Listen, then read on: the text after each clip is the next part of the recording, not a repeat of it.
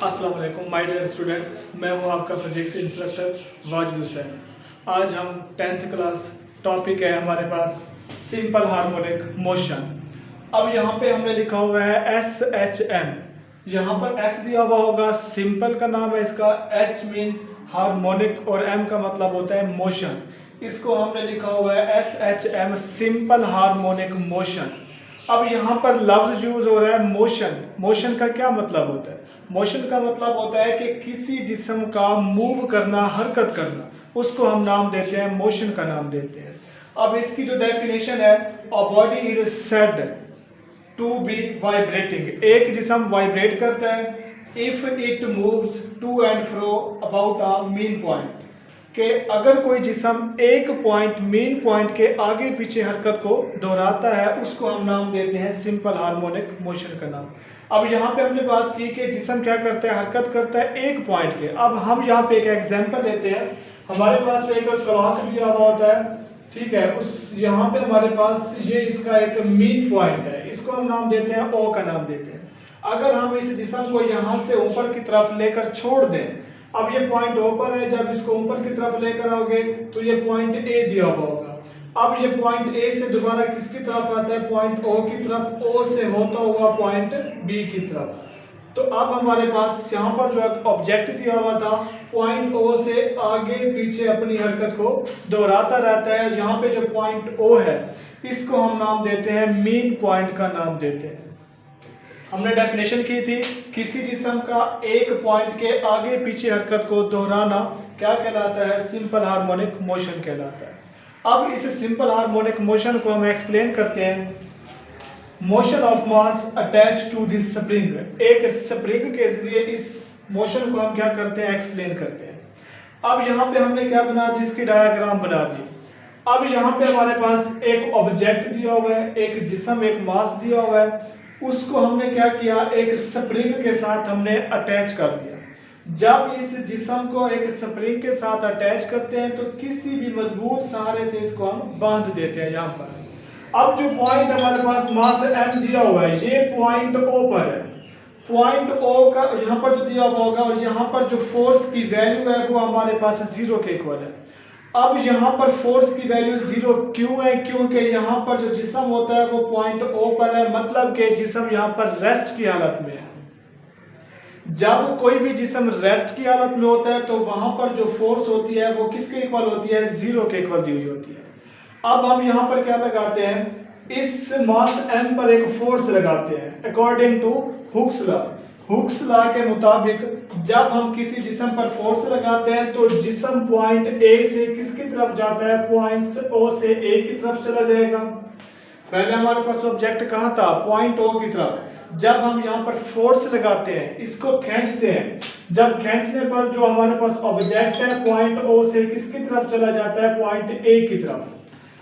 अब हमारे पास जब एक जिस्म पॉइंट O से A की तरफ आता है तो यहाँ पर वो एक फासला तय करता है, जिसको हम नाम देते हैं, x का नाम देते हैं, इसको हम डिस्प्लेसमेंट कहते हैं।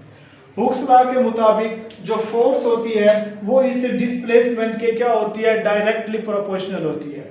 और यहाँ हमने साथ में क्या लगाया, माइनस लगाया। माइनस क्यों लगाया, अब देखिएगा कि हमारे पास जब एक ऑब्जेक्ट था पॉइंट O पर, इसको जब हमने खींचा तो ये कहाँ पर गया, पॉइंट O से A की तरफ।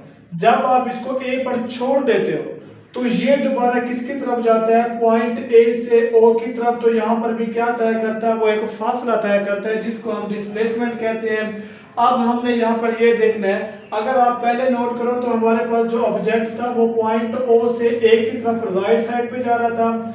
जब आप इसको यहाँ पर छोड़ देते हो, जब इसको छोड़ते हो तो ये पॉइंट A से किसकी तरफ आता है, दोबारा पॉइंट O की तरफ आता है। जब ये पॉइंट O की तरफ आता है, अब इसकी डायरेक्शन क्या हो गई, रिवर्स हो गई, मतलब कि ये अब दोबारा अपनी जगह पे जा रहा है, रिवर्स जा रहा है। इसलिए हम यहाँ पर क्या यूज करते हैं, माइनस को यूज करते हैं। अब यहाँ पर हमने एक इक्वेशन लिखी, हुक्स लॉ के मुताबिक जो फोर्स होती है वो डिस्प्लेसमेंट के क्या होती है, डायरेक्टली प्रोपोर्शनल। और यहाँ पर जो हमने माइनस यूज किया है, माइनस का मतलब क्या होता है कि जब एक जिस्म वापस रिवर्स आता है, डायरेक्शन क्या हो जाती है, उसकी रिवर्स हो जाती है, जिसकी वजह से यहाँ पर हम क्या यूज करते हैं, माइनस यूज करते हैं। अब यहाँ पर दिया हुआ है हमारे पास डायरेक्टली प्रोपोर्शनल। अब हम यहाँ से क्या करते हैं, डायरेक्टली प्रोपोर्शनल को खत्म करते हैं। खत्म करने के लिए हम यहाँ पर दो काम करेंगे। एक आप बराबर का निशान लगाते हो, इक्वल का निशान लगाते हो, दूसरा आपके पास एक कांस्टेंट यूज करते हो, वो हमारे पास कांस्टेंट के दिया हुआ होगा। इस कांस्टेंट के को जो हमने नाम दिया है वो हमने नाम दिया है स्प्रिंग कांस्टेंट। ये भी आपकी एक शॉर्ट क्वेश्चन बन सकता है कि स्प्रिंग कांस्टेंट यहाँ पर दिया हुआ होगा, के को हम किसका नाम देते हैं, स्प्रिंग कांस्टेंट का नाम देते हैं। अब हमारे पास जो k है इसको अपनी जगह पर रहने दें, इस x को उस साइड पर लेकर आए तो f और x। अब इक्वेशन हमारे पास क्या बन जाती है यहाँ पर कि हमारे पास f is equal to minus k x. ठीक है, तो अब यहाँ पर हमने क्या करना है कि अब इस इक्वेशन को हमने नाम दे दिया, इक्वेशन नंबर 1 का नाम दे दिया।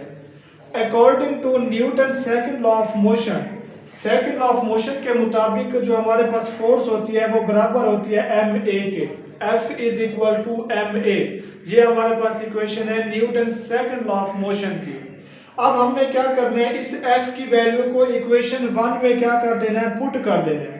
Put the value in equation 1। अब k हमारे पास वैसे का वैसे दिया हुआ होगा, माइनस भी दिया हुआ है, और यहाँ पर आपके पास क्या करना है, इस F की जगह पे उसकी वैल्यूज लिख देनी है ma। अब यहाँ पर आप लोगों ने क्या किया, F की जगह पे उसकी वैल्यूज पुट कर दी, ma पुट कर दिया। अब आप लोगों ने क्या करना है, इस x को उधर लेकर आना है, या आपने दोनों साइड से x को क्या कर देना है, मल्टीप्लाई कर देना है। तो ये आपके पास x के साथ x क्या हो जाता है, कैंसिल हो जाएगा। तो अब क्या बनेगा हमारे पास, kx is equal to minus ma। अब यहाँ से हमने क्या करना था, m को खत्म करना था, दोनों साइड से डिवाइड कर दोगे, यहाँ पर भी नीचे m आ जाएगा और यहाँ पर भी m को यूज करेंगे। m के साथ m क्या हो जाता है, कैंसिल आउट हो जाएगा, और यहाँ पर क्या बचता है, a वैसे का वैसे आ जाएगा, k over m into x. अब यहाँ पर k ओवर m जो दिया हुआ है ये हमारे पास एक कांस्टेंट दिया हुआ है, यहाँ पे हमने लिखा हुआ है k over m is equal to constant. जब हम इस कांस्टेंट को खत्म करते हैं, तो हम जब खत्म करते हैं तो यहाँ पर एक डायरेक्टली प्रोपोर्शनल यूज करते हैं, इसलिए k ओवर m को जब हमने खत्म किया तो उसकी जगह पर क्या लिख दिया, डायरेक्टली प्रोपोर्शनल लिख दिया। तो ये हमारे पास एक प्रूफ आ जाता है कि एक्सेलरेशन जो है वो डिस्प्लेसमेंट के क्या होता है, डायरेक्टली प्रोपोर्शनल दिया हुआ होता है। ये भी आप लोगों का दूसरा शॉर्ट क्वेश्चन बन सकता है। पहला आपके पास था स्प्रिंग कांस्टेंट, दूसरा शॉर्ट क्वेश्चन बनता है कि prove that a directly proportional to minus x। अब हम इस डायग्राम को क्या करते हैं, एक्सप्लेन करते हैं। हमने बात की थी कि जब एक जिस्म पॉइंट O पर था, यहाँ पर जो इसकी फोर्स की वैल्यू थी वो किसके इक्वल थी, 0 के इक्वल थी। 0 के इक्वल क्यों थी, क्योंकि यहाँ पर जो जिस्म होता है वो एक रेस्ट की हालत में होता है। जब कोई भी जिस्म रेस्ट की हालत में होता है तो वहां पे उसकी फोर्स की वैल्यू क्या होती है, 0 के इक्वल होती है। अब हम यहाँ पर क्या लगाते हैं, फोर्स लगाते हैं जो जिस्म को पॉइंट O से किसकी तरफ लेकर जाता है, A की तरफ लेकर आता है। जब जिस्म पॉइंट O से A की तरफ आता है तो वो एक फासला तय करता है, वो हमारे पास डिस्प्लेसमेंट x दिया हुआ है। जब आप इसको पॉइंट O से A पर आके छोड़ देते हो तो वो दोबारा अपनी हालत में क्या आता है, वापस आता है, रिवर्स आता है। तो यहाँ पर भी वो एक फासला तय करता है।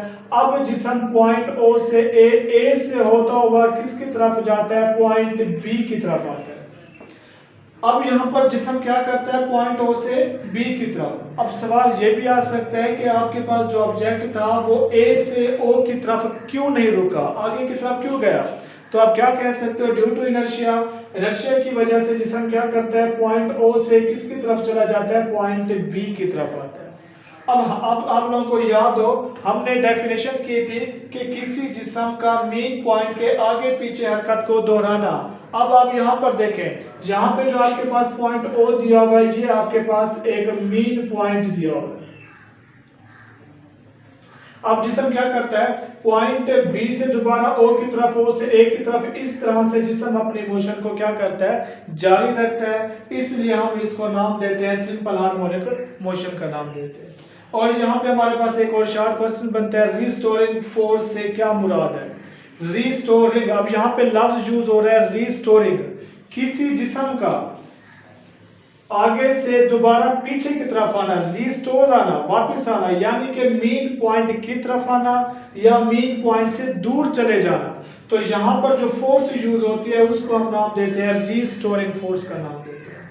ऑल रिस्टोरिंग फोर्स ऑलवेज, एक रिस्टोरिंग फोर्स हमेशा क्या करती है, पुश खींचती है या पुल खींचती है। पुश का मतलब है आपके पास दूर की तरफ लेकर जाना, या पुल्स का मतलब है खींचना। दी ऑब्जेक्ट जिस्म को परफॉर्मिंग ऑसिलेटरी मोशन, किसी हरकत करते हुए मोशन को टूवर्ड्स दी मीन पोजीशन की तरफ या उससे दूर की तरफ ले जाने के लिए जो फोर्स यूज होती है उसको हम नाम देते हैं रिस्टोरिंग फोर्स का नाम देते हैं। जब आप ये पूरा प्रोसेस करते हो, जब ये एक्सपेरिमेंट करते हो, तो यहाँ पर हम क्या यूज करते हैं, एक टाइम यूज करते हैं। अब वो हमारे पास जो फार्मूला दिया हुआ होगा T is equal to 2 pi m over k under root.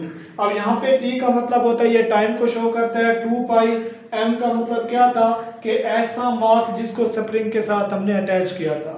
यहाँ पर यूज करते हैं के हमने यहाँ पर पहले भी डिस्कस किया था, के का मतलब होता है स्प्रिंग कांस्टेंट। तो ये हमारा पूरा टॉपिक था। अगर किसी को कोई भी कमेंट्स करना हो तो वो आप लोग पूछ सकते हैं।